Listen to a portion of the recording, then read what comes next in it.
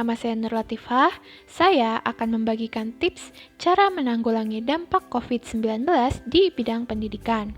Saya akan membaginya menjadi 3 bagian, sesuai dengan perannya masing-masing, yaitu sebagai pendidik, sebagai peserta didik, dan sebagai orang tua peserta didik.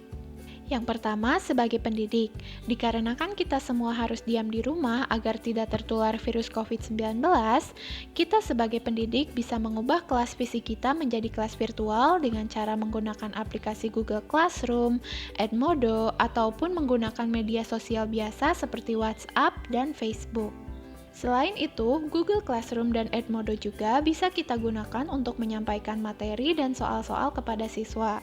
Khusus untuk menguji pemahaman siswa, kita bisa memberikan soal melalui Google Form atau Kahoot.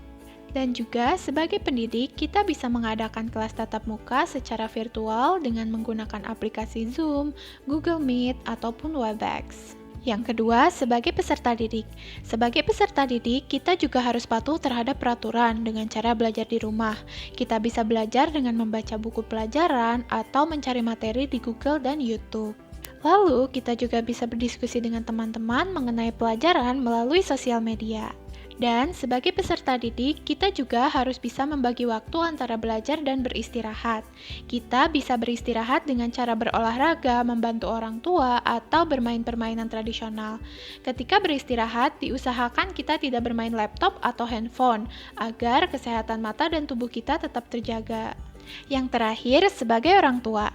Sebagai orang tua, kita harus bisa membimbing anak kita dalam melakukan pembelajaran secara daring. Kita bisa membantu mereka ketika mereka tidak paham caranya menggunakan media pembelajaran yang disediakan oleh guru. Atau kita bisa menasehati anak kita agar tetap semangat dalam menjalani kegiatan pembelajaran secara daring. Selain itu, kita juga bisa memotivasi anak dengan cara membuatkan makanan kesukaannya atau memberikan tulisan-tulisan yang menginspirasi. Dan juga kita bisa menyemangati anak dengan cara mengajaknya berbincang-bincang ringan atau mengajak bermain permainan tradisional. Baiklah, sekian tips dari saya. Semoga pandemi ini segera berakhir dan kita bisa kembali ke sekolah. Wassalamualaikum warahmatullahi wabarakatuh.